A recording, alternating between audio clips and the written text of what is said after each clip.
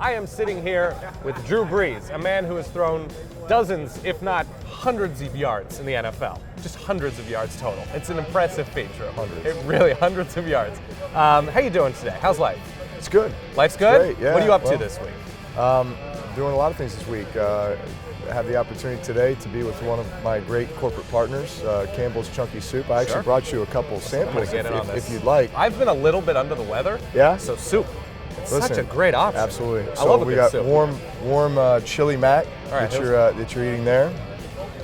It's pretty tasty. It's So hearty. I actually got to do a commercial last off season with a bunch of other guys in the NFL. It's called the Everyman All-Star League, where basically we kind of flipped the script on the whole fantasy draft thing. We were the fantasy draft owners and general managers. Did you draft soups? We were drafting just everyday All-Stars. Okay. Just guys in the community that doing great things, being great husbands, fathers, community leaders. Always great. Helping out their next door neighbor with their groceries.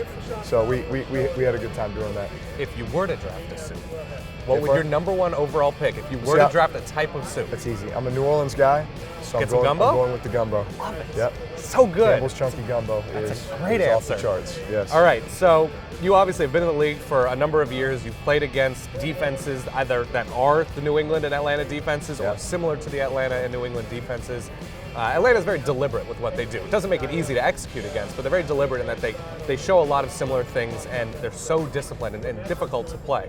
Which is easier to prepare for, a sort of deliberate defense or a mystery defense like the Patriots show? They both have their challenges. A team like Atlanta, that's the Seattle scheme. Yeah.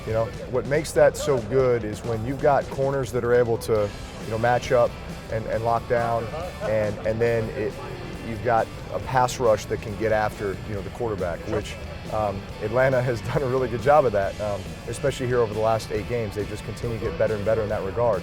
It helps when on the other side of the ball your offense is moving the ball and scoring the type of points that they are and as explosive as they are, because then typically you're playing with the lead and then you're able to really pin the ears back on the pass rush and get after people. But the design of that defense is keep it in front of you. Yep. We're okay giving up the 3, 4, 5 yard gains, but eventually we're going to get a sack, we're going to get a negative play, we're going to force you into a long yardage situation, and then we're going to stop you and we're going to be off the field. With New England, on the other hand, they're just so sound. They're so sound and disciplined in what they do, and I think what they do such a great job of is, from a game planning standpoint, they find your best players and they take them away. They study the situations, third down, red zone, etc., and they know the hit chart. They know where you're going with the ball. They know the areas of the field that you're going with it, and then at the end of the game, they keep it close, and then when they have a chance to win.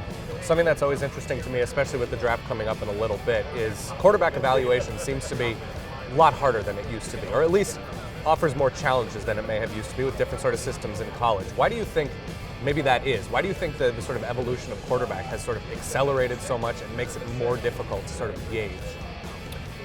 Well, as far as quarterbacks, just overall understanding of the game, I think that's increased greatly. Yeah. And I would attribute that to just the popularity of the sport and the time that people are spending on it, going back to the high school level.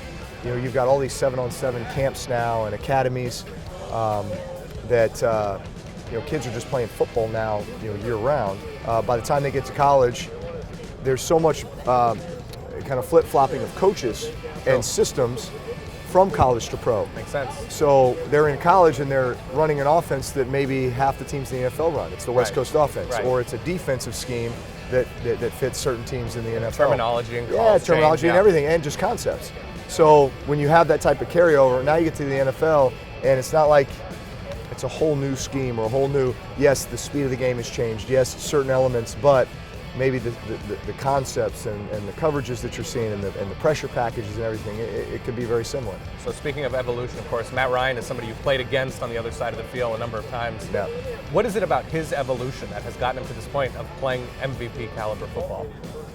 Well, listen, I think he's been an elite player for a long time. I was impressed with him from the first day he stepped in the league back in 2008.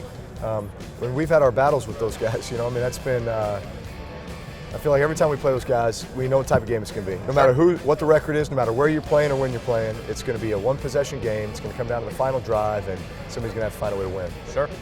He does such a good job of spreading the ball around. and keeping it somewhat unpredictable, as to where you're going. Yes, Julio Jones gets a lot of attention, makes a bunch of plays. Devontae Freeman at running back is obviously a phenomenal player as well, but all those other guys are great contributors. Adding Sanu was a big addition for them at the receiver position. Getting Gabriel. Does it hurt in your gut to talk about the Falcons in so many glowing terms?